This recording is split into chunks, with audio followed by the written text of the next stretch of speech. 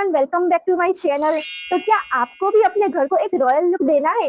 तो आज हम कबाड़ से जुगाड़ करके बनाने वाले हैं एक प्रीमियम डांसिंग डॉल, जो सच में गाइस ये बनने के बाद बहुत ही प्रीमियम और बहुत ही रॉयल लगती है। तो प्लीज वीडियो को एंड तक जरूर देखना। तो चलिए वीडियो को स्टार्ट करते हैं।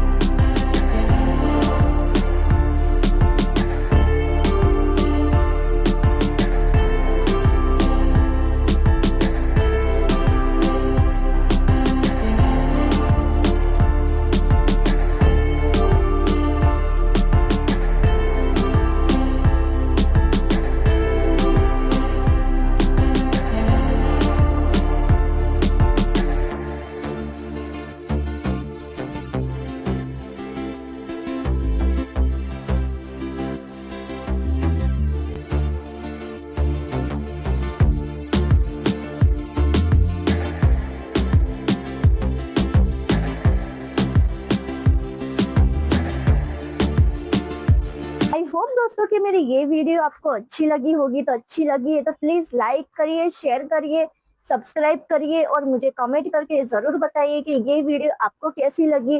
तो अभी के लिए तो बस इतना ही, तो मिलती हूँ नेक्स्ट वीडियो में। तो तब तक खुश रहिए, मस्त रहिए, नई नई चीजें बनाते रहिए, सीखते रहिए। Take care.